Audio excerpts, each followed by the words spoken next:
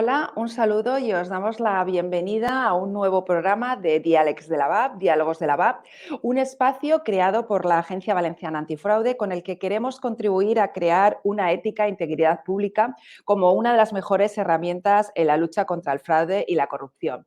En el programa de hoy tenemos como invitado a Víctor Almonacid, que es secretario de Administración Local y directivo público profesional. Hola, Víctor. Hola Amalia, ¿qué tal? ¿Cómo Un, estás? un saludo y muchas gracias por aceptar la invitación de la Agencia Valenciana Antifraude para estar en este espacio de diálogos de la BAP. Yo quería comenzar, hay una en tu blog que lo hemos dejado en las notas de tanto de esta grabación que se puede ver en formato vídeo como en podcast en las diferentes plataformas de iVoox y de Spotify, el enlace a tu blog donde se puede encontrar mucha información y donde generas un contenido muy interesante, ¿no? En uno de esos artículos hemos extraído esta frase que dice lo siguiente: la corrupción jamás desapareció, solo ha evolucionado. Ahora se llama microcorrupción y la practican los funcionarios aún más que los políticos. Es la corrupción del papel, de los chiringuitos, de los amiguismos y clientelismos, la corrupción de los poderes fácticos como algunos jefes con solera y otros tantos sindicatos, la corrupción de la ineficiencia y de las pequeñas ilegalidades, sutiles pero punzantes, como un puñal afilado. Y claro, los microcorruptos son enemigos mortales de la administración electrónica. Víctor, ¿es la administración electrónica una buena herramienta para combatir la corrupción en las administraciones públicas y de qué forma puede hacerlo? Bueno, en primer lugar, nada, encantado de estar aquí en este espacio y en concreto de que tú me entrevistes. Y entrando ya en la contestación, pues evidentemente sí. La administración electrónica no es que impida total y absolutamente la corrupción, porque yo siempre digo que la corrupción acabará el día que acaben los corruptos, o sea, el día que no haya ninguna persona dentro del sector público o relacionada con el sector público, ninguna de esas personas sea corrupta y todas tengan una ética y una conducta ejemplar, ese día acabará la corrupción. Mientras tanto, lo que podemos hacer es combatirla, que no es poco, y minimizarla, atarla en corto y cortarle las alas todo lo que podamos, ¿no? La administración electrónica sí es una herramienta absolutamente eficaz contra la corrupción, porque la corrupción se basa en una serie de malas prácticas. Tú trabajas en la agencia antifraude, hablabas, ¿no?, de lo que escribí en el blog como el concepto microcorrupción. Realmente microcorrupción está más cerca de fraude, del concepto fraude, que del concepto corrupción, porque el fraude, desde el punto de vista formal, pues respeta la ley. Realmente esta expresión, ¿no?, de vestir el santo y otra más administrativa como cubrir el expediente, pues es fraude. Y a lo mejor no es corrupción, porque la corrupción quizá es un concepto más relacionado con la ilegalidad, pero el cumplimiento de la legalidad formal es fraude. Entonces ahí, ¿cómo encaja la administración electrónica? La administración electrónica pues también permite de alguna manera cubrir ese expediente, pero como el expediente es electrónico, primero hay una trazabilidad y luego hay, en todo caso, un rastro electrónico de todas las actuaciones. Todos los documentos son electrónicos, incorporan un certificado electrónico, uno o más, y ahí hay una fehaciencia que, desde luego, si se ha cometido alguna ilegalidad, pues el juez lo va a tener muy fácil porque está absolutamente documentada, ¿no? Yo, si fuera corrupto, seguramente estaría en contra de la administración electrónica porque no querría que me pillasen.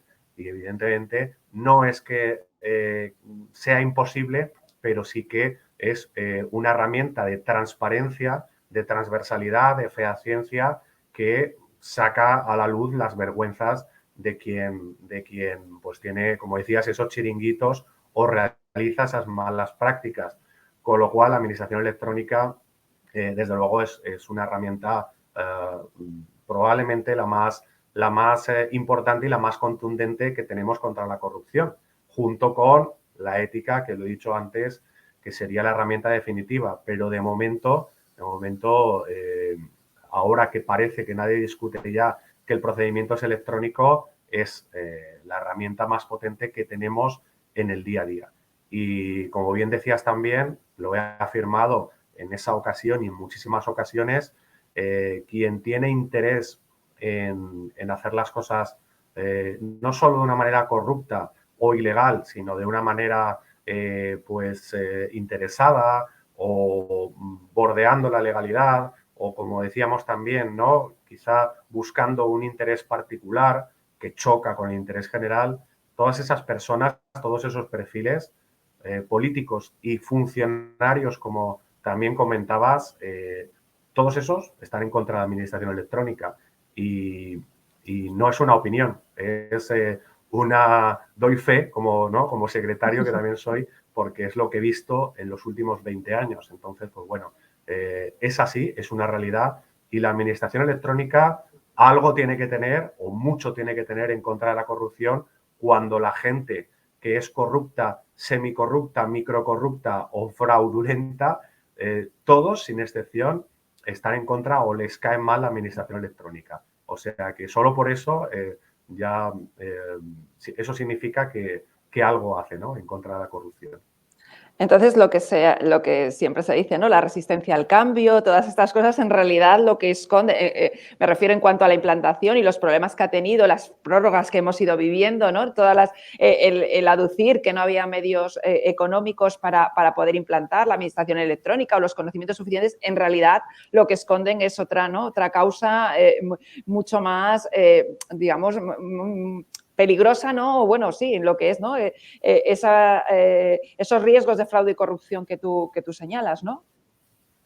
Sí, porque como bien dices, este es un proceso ya que es tan largo. A lo largo de tantos años hemos intentado implantar todos estos cambios, ¿no? La administración electrónica en sentido amplio, que ahora ya estar en contra significa pues enseñar la pata, ¿no? Esto ya no va de no tengo medios, de no está en vigor, es que todas las excusas han ido muriendo. Uno puede decir, es que yo pues tengo una edad o no estoy, digamos, no he desarrollado mis competencias digitales, bueno, pero si es que se ha dado formación, yo no tengo medios, bueno, pues ya tenemos medios. Yo creo que no hay cobertura legal, pero es que ya hay cobertura legal. Al final, quien ha puesto una excusa o simplemente quien ha señalado una dificultad, puede ser que incluso lo haya hecho de buena fe, pero es que todos los argumentos están ya dados, todas las excusas, pretextos o simplemente, como digo, dificultades, con el paso de los años, estamos acabando 2021 y después de una pandemia. Ahora ya decir que la administración electrónica pues no quieres o no sabes o no te gusta o es peor que la otra, creo que en este momento, a lo mejor hace 5 años, 10 años, había un poco de todo, pero en este momento a mí me da muy mala espina. La gente que todavía está en contra de la administración electrónica, pienso mal y como dice el refrán, pues igual acierto, ¿no? Entonces sí, hay mucho. Creo que en este momento casi todas las personas que todavía abrazan el papel y la contratación verbal y los documentos que aparecen, desaparecen, todos esos algo tienen que ocultar. O el 99% de esas personas. Por no decir todos, pero vamos. Sí, ¿no? La inmensa mayoría, ¿no? Es la razón que está detrás, ¿no? ¿Cuáles serían, a tu juicio, los puntos calientes, ¿no? Que hay en la administración pública en lo que respecta a los riesgos que se puedan producir hechos y acciones constitutivos de fraude y corrupción, ¿no? A lo largo de esa tramitación, de ese procedimiento administrativo, ¿cuáles serían, a tu juicio, esos momentos en los que tendríamos que estar más alertas para evitar que se produzcan este tipo de situaciones? Bueno, para empezar, o empezando un poco por el principio, uno de los elementos positivos de la administración electrónica es que si se hace bien, si se implanta bien, se catalogan los procedimientos. Se realiza una definición de cada uno de los trámites, el llamado workflow o flujograma, y entonces está determinado cada paso, tanto que se habla de compliance, que me parece genial, yo pues, soy un partidario del compliance, pero el primer compliance que implantamos es el procedimiento desmenuzado, no solo digitalizado, sino totalmente definido y si podía ser dentro de la ley, dentro de lo que la ley permitiese, simplificado. Ese es el primer riesgo en el caso de que no se haya hecho. ¿Por qué? Porque la burocracia es un riesgo en sí misma.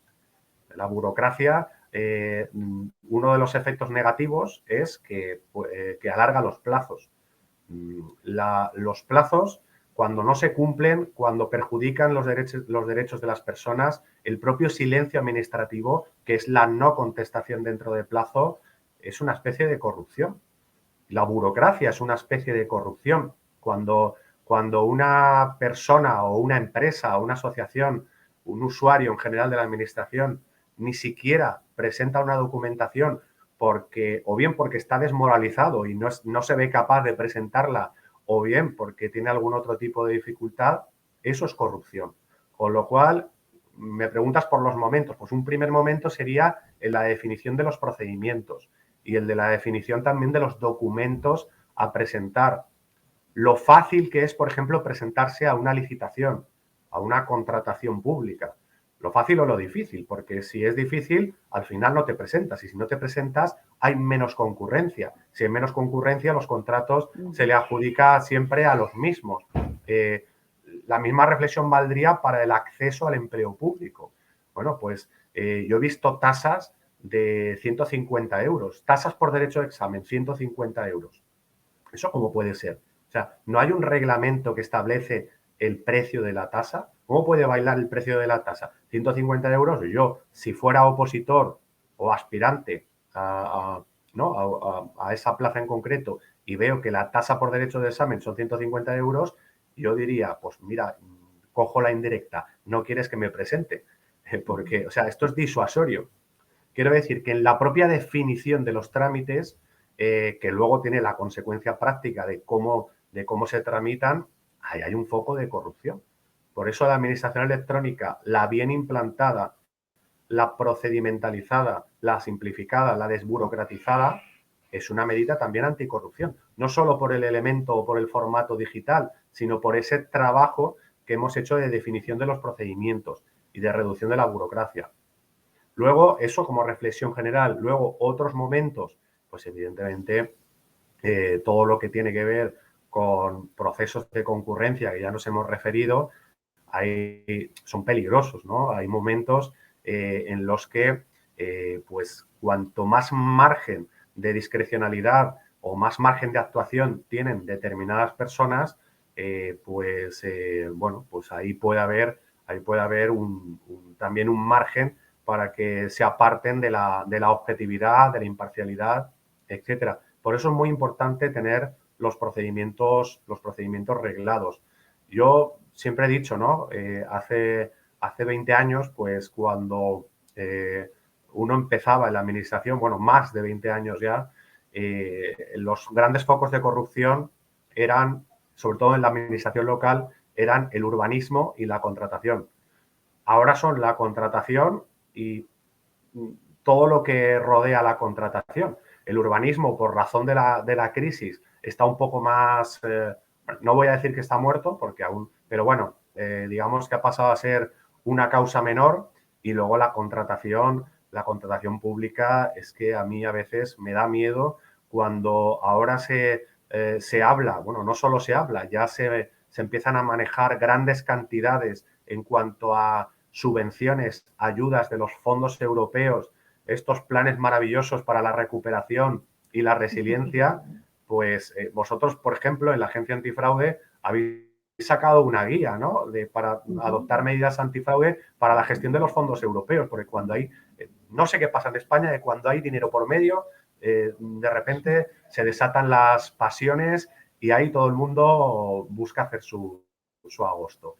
Y yo veo un peligro en la contratación en todas sus modalidades, ¿no? Y la administración electrónica, como decía antes, desde luego es una medida anticorrupción y antifraude, pero siempre hay, como dices tú, puntos calientes o pequeños resquicios, pequeñas oportunidades para hacer las cosas mal y disfrazarlas formalmente de legales, ¿no? Entonces, pues bueno, todo eso todavía está ahí.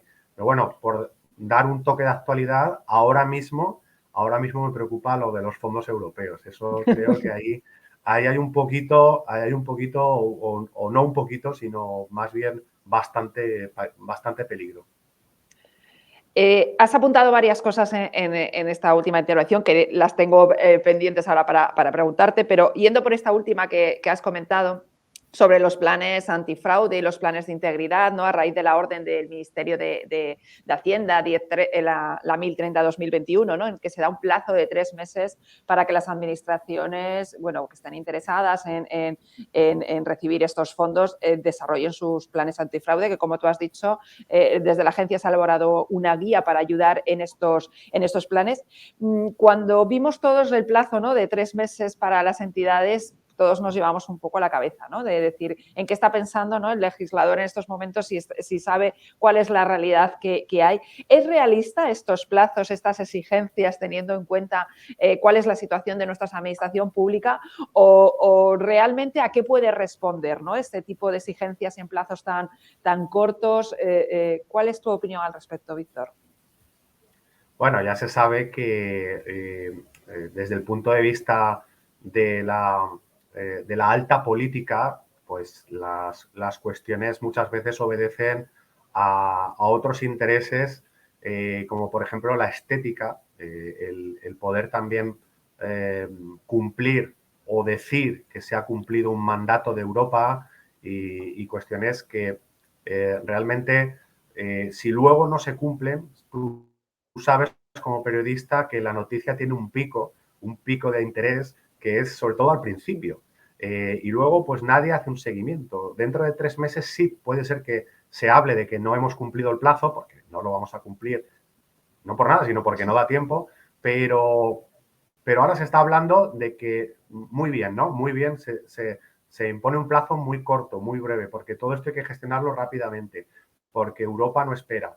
Claro, a mí me hizo mucha gracia, me vas a permitir una analogía, en plena prórroga de la prórroga de la ley 39, a finales de 2020, cuando todavía estaba pendiente de entrar en vigor la ley 39/2015, porque al final entró en vigor nada más y nada menos que el 2 de abril de 2021, en ese momento, como consecuencia de la pandemia, pues se aprobaron normas para la modernización de la administración, para la implantación de los procedimientos electrónicos. Pero vamos a ver, ¿para qué publicas en el BOE una norma cuando realmente ya tienes una norma del procedimiento administrativo común que establece el formato electrónico y por las razones que sea, que todas son malas, en ese momento aún no estaba en vigor?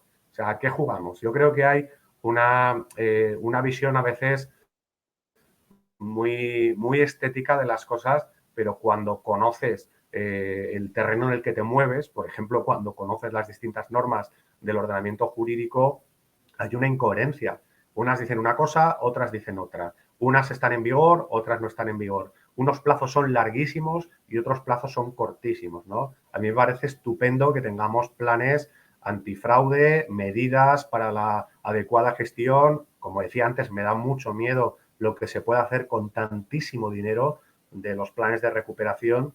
Me parece bien, pero si lo que me preguntas es si el plazo es razonable, pues hubiera sido razonable que fuera un poco más largo. Pero bueno, como en este país los plazos no se cumplen, casi da igual dar un plazo largo que un plazo corto, porque el plazo corto se incumple porque es corto y el plazo largo se incumple porque como aún falta mucho, pues ni te planteas cumplirlo. Entonces no sé qué es mejor. Igual tampoco es tan malo dar un plazo corto, porque por lo menos te pone un poco alerta, ¿no? Y te hace moverte, por lo menos en algunos casos. Sí, que puede ser un cambio de estrategia en cuanto a, ¿no? a la señalización de los plazos administrativos, ¿no? Comentabas que uno de los riesgos está en la contratación pública. Desde la Agencia Valenciana Antifraude en el año 2020, el 45% de las denuncias que entraron no hacían, nos llamó la atención, no estaban relacionadas con la contratación, sino con la gestión de personas. En concreto, con todo lo que tenía que ver con los procesos de selección y acceso a la función pública, ¿no? Esto unido al debate en el que estamos inmersos desde ya hace unos meses, bueno, incluso más tiempo, de que habría que modificar esos procesos de selección a la función pública con la, bueno, pues con la idea de atraer talento, ¿no? a nuestras administraciones. ¿Cuál crees que podrían ser esos procesos de selección que, por un lado, permitieran atraer talento y, por otro lado, evitaran todas estas irregularidades que estamos viendo y que, bueno, en la agencia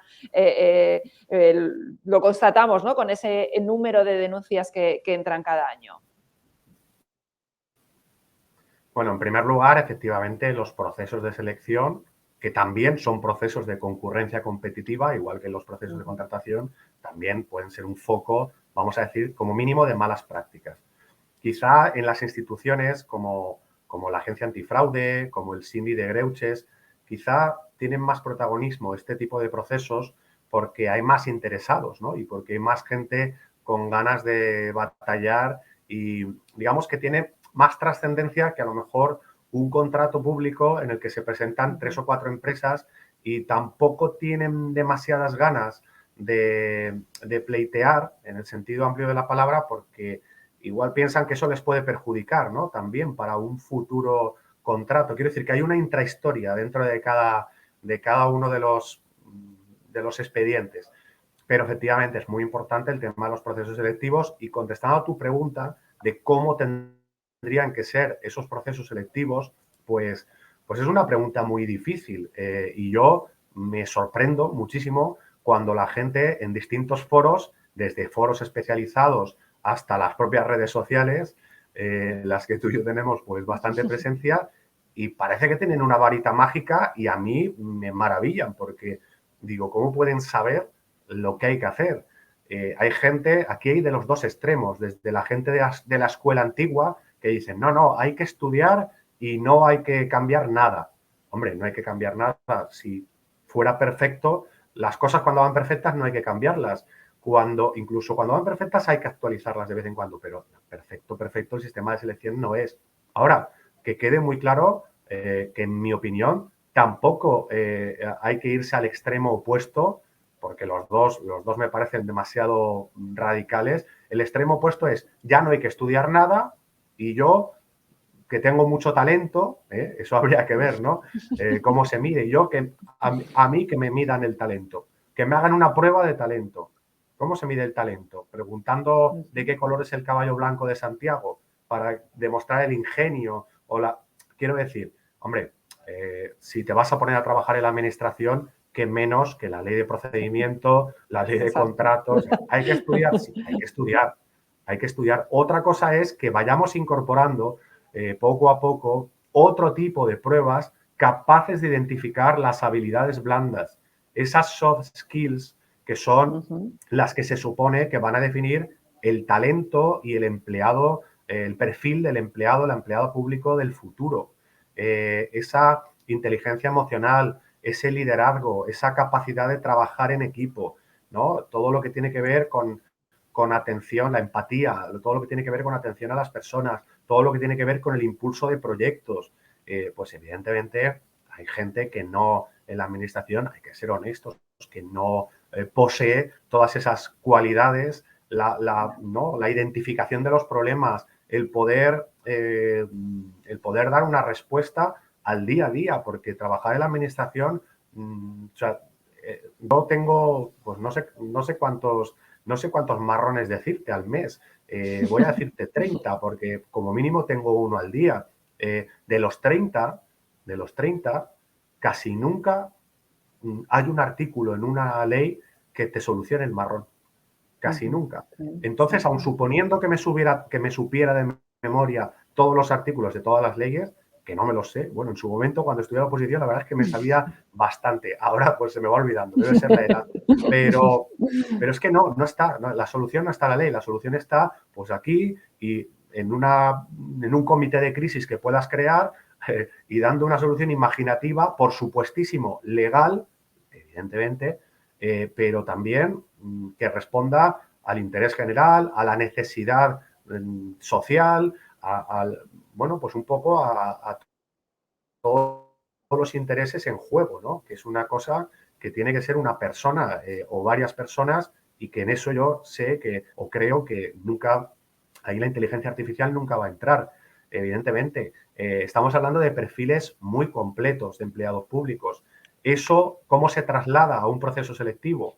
Pues ya lo estoy diciendo, o sea, la consecuencia tiene que ser lo que acabo de describir. ¿Cómo podemos detectar ese talento, esas habilidades blandas?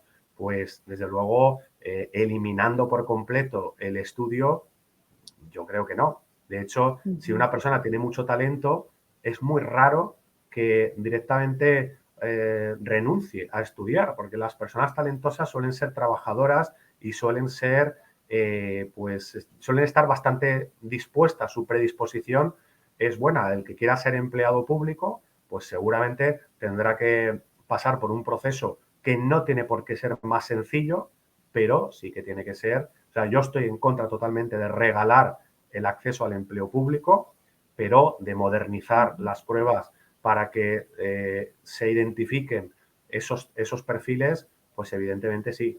Y luego ya quedaría otro segundo problema, que es el que menos habla la gente, que es que si de verdad el talento existe, que yo creo que sí existe, y hay personas fuera del talento, ¿cómo narices los convencemos de que quieran ser empleados públicos? Porque, claro, si ellos tienen mucho interés, pasarán las pruebas que les pongamos, sean las que sean. Pero si no quieren o van a ganar mucho más emprendiendo en el sector privado, no solo dinero, sino que van a tener ¿no? mayores beneficios o mayor calidad de vida, y trabajar en la administración lo ven como algo aburridísimo, con muy pocos alicientes, pues da igual las pruebas que pongamos, porque el talento no se va a presentar el no talento. Entonces eso es un problema adicional y evidentemente los puestos de trabajo hay que definirlos y hay que retribuirlos y establecer unas condiciones laborales atractivas para que quien quiera, para quien de verdad tenga talento, quiera ser empleado público, porque ser empleado público es un aliciente y tiene un atractivo igual o superior al de no ser empleado público, porque hay que ser realistas y muchas de las personas, además yo pues conozco, ¿no?, casos que de verdad dices, hay que ver esta persona lo completa que es, qué inteligente, qué talento, qué capacidad para resolver problemas. No son funcionarios y la verdad es que no quieren serlo. Entonces tenemos ese problema. Primero, atraer ese talento, es decir, que ellos quieran ser empleados públicos, y segundo, a ver qué pruebas les ponemos. Pero quizá el problema que he señalado en segundo lugar es más grande, porque en el momento en que de verdad ellos, ¿no?, y ellas quieran ser empleados públicos porque de verdad representa todo un reto, todo un aliciente trabajar en la administración, van a lidiar sin ningún problema con las pruebas que les pongamos. Y hay que ver qué pruebas les ponemos. Pero bueno, esas pruebas tienen que ser ni dejar de estudiar ni solo estudiar, un híbrido. Desde luego que tenemos un reto y un desafío por delante en las administraciones públicas, con todo lo que supone por el cambio generacional que vamos a vivir en los próximos años. Retomando un tema que has esbozado en una de las preguntas, en el año 2017 te hicieron una entrevista para el diario ABC en el que decías en el titular que la única solución definitiva contra la corrupción es la interiorización de la ética por parte de los políticos. ¿Puede ser la formación la clave que nos permita desarrollar esa ética e integridad pública, ya no solo en los políticos, en la clase política, sino también, y en nuestras administraciones públicas, sino también en la sociedad?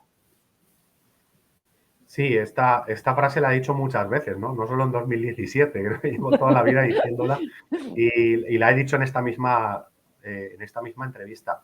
Sí. Bueno, yo, a ver, creo que la ética, sinceramente, la ética y cualquier valor se debería traer de casa. O sea, es decir, que yo tenga que decirle a, como bien dices, no solo a un político, sino a cualquier responsable público, que yo tenga que ir detrás de él a decirle que tenga ética, pues mal empezamos. O sea, bueno, estaría bien si le convenzo, pero debería autoconvencerse. Yo creo que la formación en ética está bien, es importante todo lo que sea, pues subrayar, resaltar, ¿no? Y de alguna manera enfatizar los valores, pues está bien recordar que son principios y valores también ya referidos y reflejados en las distintas normas, por ejemplo, en el Estatuto Básico del Empleado Público o en la propia Ley de Transparencia, que tiene un apartado de buen gobierno. O sea, quiero decir, ahí aparece, pero claro, lo que uno lleva dentro, interiorizado, pues le da igual que una ley lo permita, lo prohíba, lo recuerde. El Código Penal prohíbe matar y la propia Constitución reconoce el derecho a la vida y no sé, yo no es que no lo haga porque me lo prohíbe la ley, es porque jamás haría una cosa así. Aparte que es un delito terrible, es el mayor atentado que puedes hacer contra una persona, ¿no? Arrebatarle la vida.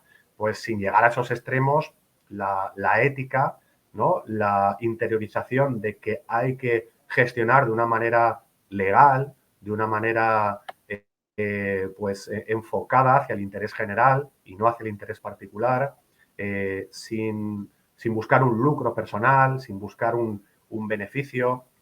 Creo que todo eso deberíamos ya intentar que las personas que entran en lo público a través de los distintos cauces, los cauces son desde unas elecciones, claro, ahí ya la democracia es lo que tiene, ¿no? Ahí no puedes hacer un proceso selectivo. El proceso selectivo es, pues, que cada uno vota a quien quiere, como no puede ser de otra manera. Pero sí que deberíamos ya incorporar, me preguntabas antes por las pruebas, pues deberíamos incorporar la ética ya en ese filtro, ¿no? De alguna manera, en el diseño, como dicen los informáticos, by design, ¿no? Ya ahí debería, de alguna manera, incorporarse y filtrarse. Para quien no tenga ética, se le puede enseñar, hombre, yo creo que eso no se enseña, eso sí, como bien dices, información, formación, eso sí que de vez en cuando, pues sí que se puede hacer algún tipo de actividad. También está muy bien aprobar códigos de buen gobierno.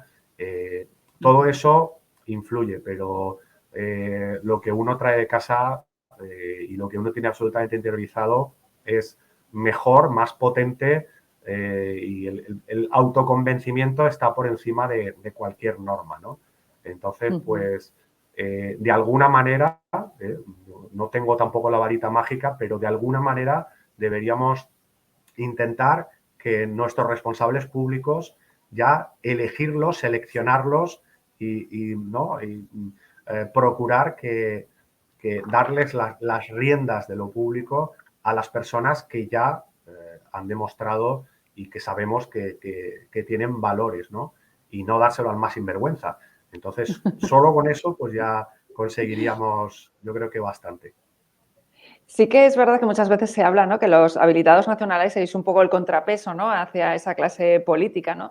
¿Qué papel podéis jugar los habilitados a la hora de bueno, pues estas posibles irregularidades que se den en las administraciones públicas, ser un poco el cortafuegos, en los que impidáis que se desarrolle? ¿Qué papel crees que podéis jugar en las administraciones públicas en este ámbito? Pues un papel muy importante, porque los habilitados de carácter nacional somos, bueno, la verdad es que somos una cosa rara, somos un tertium genus, que dicen los juristas, porque somos funcionarios del Estado y somos funcionarios en las entidades locales. Tenemos encomendadas funciones relacionadas con el cumplimiento de la legalidad. Los interventores en concreto fiscalizan el gasto y en general el cumplimiento de la legalidad en los expedientes. Los secretarios damos fe, aunque bueno, eso con la administración electrónica también está muy matizado. También realizamos como juristas informes de legalidad y sí, la respuesta es que evidentemente somos un filtro y además un filtro importante. Se supone que esa pertenencia al Estado te da más independencia que a cualquier otro funcionario, aunque luego es verdad que el sistema te pone un poco a los pies de los caballos, porque, por ejemplo, nuestras retribuciones dependen del gobierno, ¿no?, de turno, dependen del alcalde. Por eso unos cobramos más y otros cobramos menos. Eso no tiene mucho sentido. Incluso debería pagarnos el Estado, ¿no?, y no el propio ayuntamiento. Es difícil convivir con la persona o personas que tienes que fiscalizar. Estás aquí hombro con hombro en el día a día. Yo soy partidario de que los habilitados de carácter nacional ejerzamos además funciones directivas. ¿Por qué? Porque si desde el principio estás en el proyecto, es mucho más fácil en ese momento, al principio de las cosas y no al final, a toro pasado, mucho más fácil decir cuál es el procedimiento o cuáles las alertas o los requerimientos legales que deberíamos observar. Lo que no puede hacer tampoco uno, y no me parece bien, la actitud del secretario o interventor o tesorero, ¿no?, que haga esto, es estar agazapado como esperando tu momento, y cuando las cosas ya están adelantadas, avanzadas y hay un proyecto en marcha o un expediente o una idea, de repente aparecer como de la nada y pegar el hachazo al final. Es decir, esto no es legal. No, hombre, a ver, dime cómo hacerlo o cómo sí sería legal. Porque no me digas solo que no es legal, dime cómo convertirlo en legal y si puede ser, dímelo antes, porque ahora ya hemos movido una maquinaria. Por eso es interesante, ¿no?, estar en la toma de decisiones. Yo, de todas formas, creo que el sistema de contrapesos es necesario, pero tiene sus fallos. El habilitado de carácter nacional tiene una cosa buena, que es esa, como digo, esa independencia que también se matiza en el sentido que he apuntado, esa permanencia más allá de las elecciones. Está muy bien que haya un elemento de continuidad, es decir, no puede ser que cuando se va un alcalde y viene otro, o alcaldesa, o equipo de gobierno nuevo, completo, no puede ser que lo cambie todo. Algo habrá hecho bien, ¿no?, el anterior. Tiene que haber una persona o personas directivas del ámbito técnico, no político, por supuesto, pero que den una continuidad a los proyectos, ¿no? Y luego, pues, esa función directiva debería ser profesional y no siempre de confianza. Claro, en este país abusamos mucho del personal de confianza.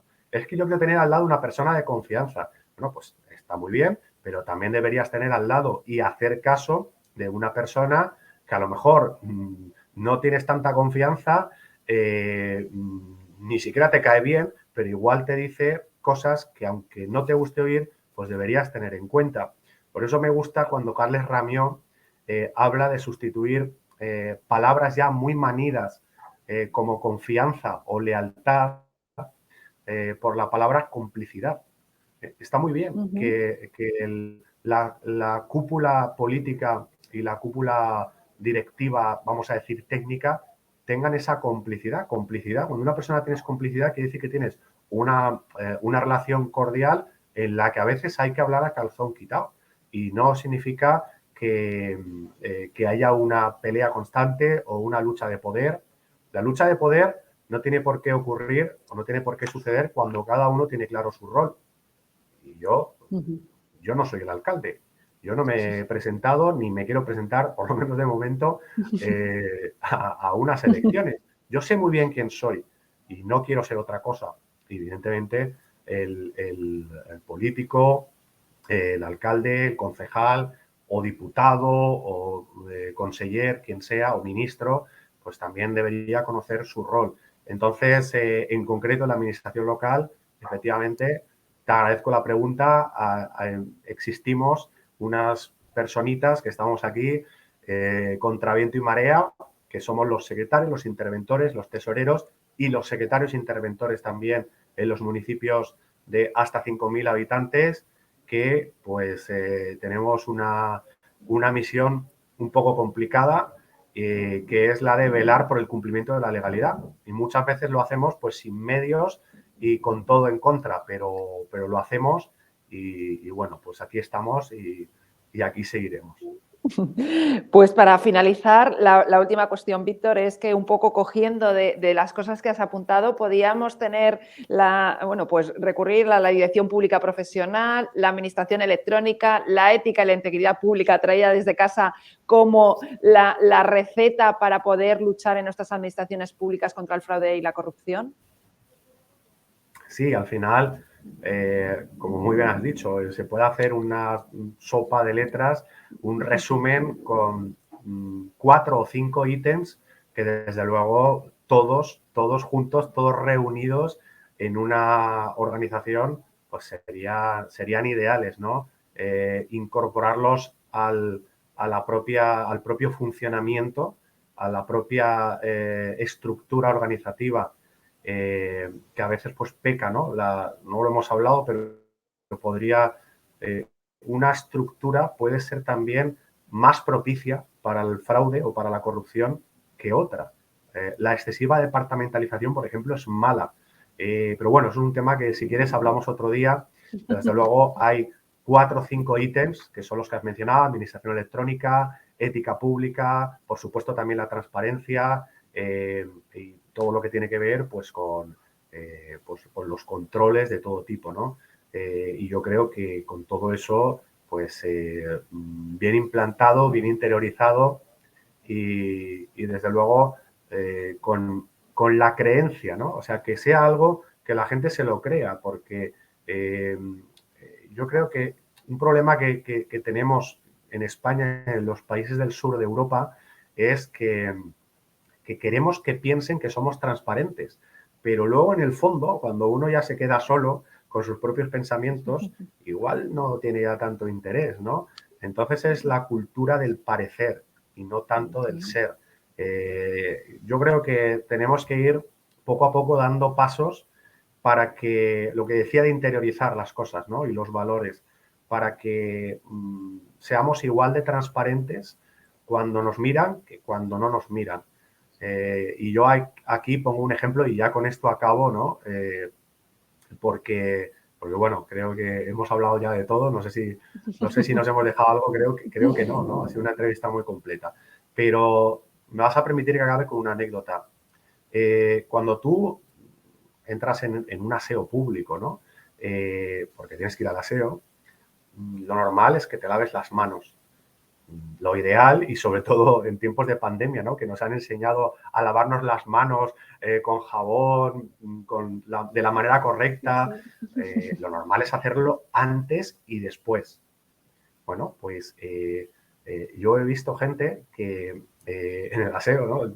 Al final, si eres observador, ves gente que dices, seguro que se lava las manos porque estoy yo aquí. Y luego hay otros que directamente les da igual todo y se van sin lavarse las manos.